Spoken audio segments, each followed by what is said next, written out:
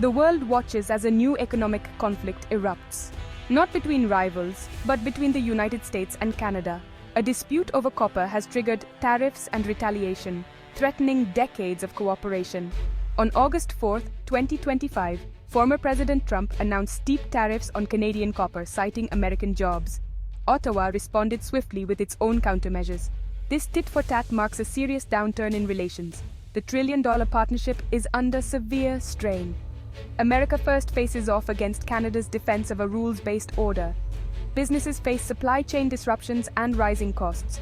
Politically, distrust grows between two nations sharing the world's longest undefended border.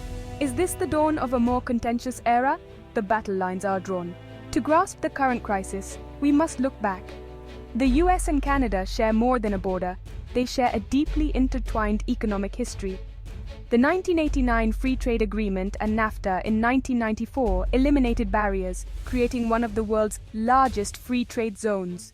Supply chains became highly integrated, especially in autos and manufacturing. A car part might cross the border several times before final assembly. This integration fueled growth and prosperity for both nations, yet disputes have always existed over lumber, dairy, steel, but were usually resolved through negotiation. The system was built to handle disagreements without escalation. The goal preserved the broader economic relationship. The Trump administration's first term shifted the tone, leading to the USMCA, which brought stricter rules and tense negotiations. The foundational principles of free trade were challenged. Lingering unease set the stage for today's aggressive tariff actions. The current conflict is not an anomaly. It's the latest chapter in a long, complicated partnership. The question now, can the framework that once resolved disputes withstand this new test? The answer will define the future of North American trade. History shows cooperation is possible, but not guaranteed. The stakes have never been higher. The world is watching. The crisis began on July 28, 2025. Former President Trump announced a 25% tariff on all Canadian copper at a rally in Arizona. He claimed cheap Canadian copper was hurting American mines and costing jobs. The tariffs were set to take effect August 11. The justification: national security and fair trade.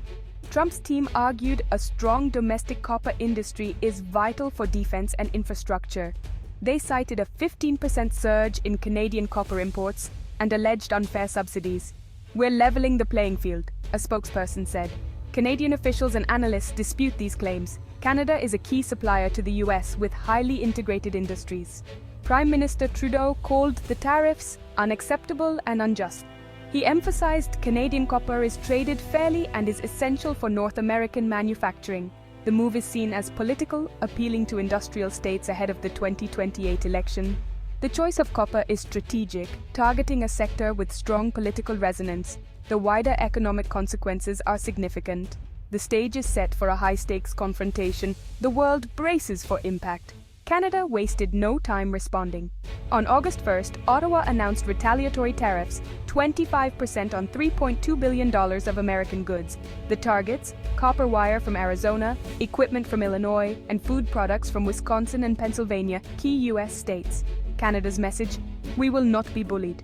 Trade Minister Mary Ng called the U.S. tariffs illegal and vowed to defend Canadian workers. Canada remains open to dialogue, but the tariffs will stay as long as the US ones do. Legal action under USMCA is underway.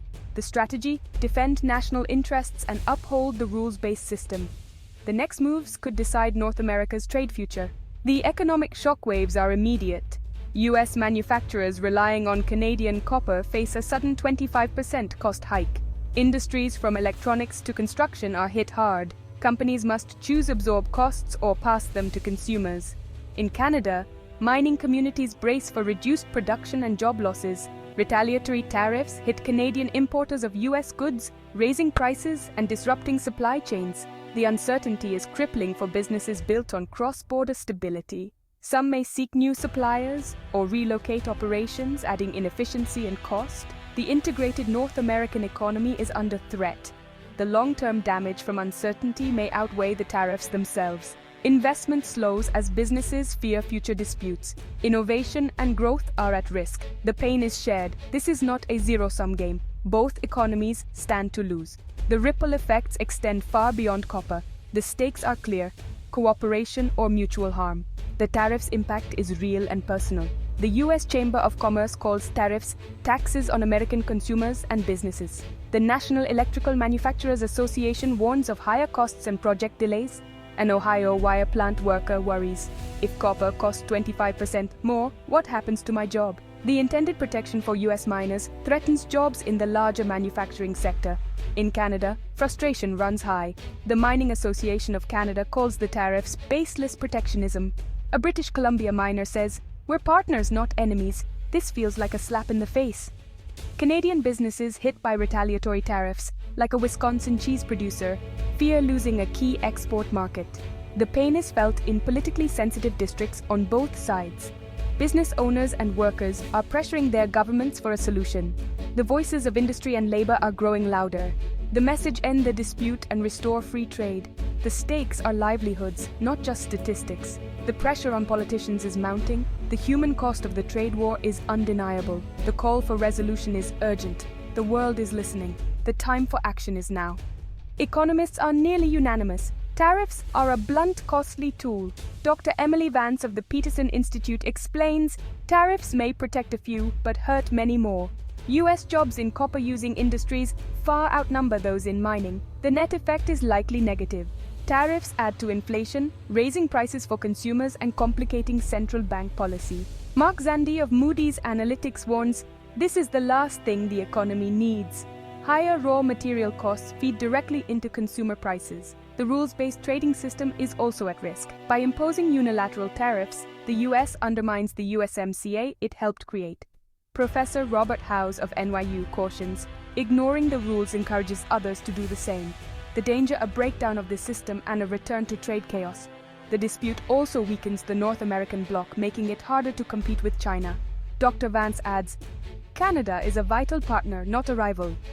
Economists argue that cooperation with allies is essential for long-term prosperity and security. This trade war is a self-inflicted wound. The lesson: protectionism comes at a steep price. The world is watching the fallout. The stakes are global. The copper tariffs are as much about politics as economics. For Trump, the move reinforces his brand as a defender of American workers. The Arizona rally was no accident. It's a key state for both copper and political support. In Canada, Trudeau's government must appear strong. Opposition parties demand a firm stance. The dispute has united Canadian politics in rare solidarity.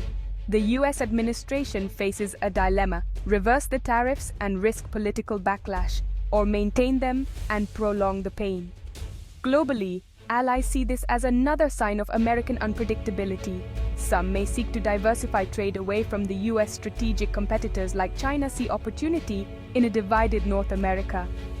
The rift weakens the Western alliance and distracts from bigger challenges. The dispute's impact is global, not just regional. The world is recalibrating its alliances. The stakes go beyond copper. They touch the heart of international order. The next moves will be closely watched. The pressure on leaders is immense. The outcome will shape global perceptions of U.S. leadership. The world waits for resolution. The path to resolution is uncertain. Canada has triggered the USMCA dispute process, but legal panels take time. A faster solution requires political will and high-level negotiation. Possible off-ramps? The U.S. drops tariffs in exchange for Canadian export monitoring, or both sides remove tariffs together. Industry voices on both sides are pressuring politicians to act. Canada's targeted tariffs are designed to amplify this pressure. The U.S.-Canada relationship cannot be taken for granted. Trade disputes are mutually destructive in such integrated economies. The long-term health of the partnership depends on dialogue and cooperation. The world is watching to see if these old friends can find common ground. The outcome will offer lessons for all. The stakes are high and the clock is ticking. What do you think is the best path forward? Join the conversation.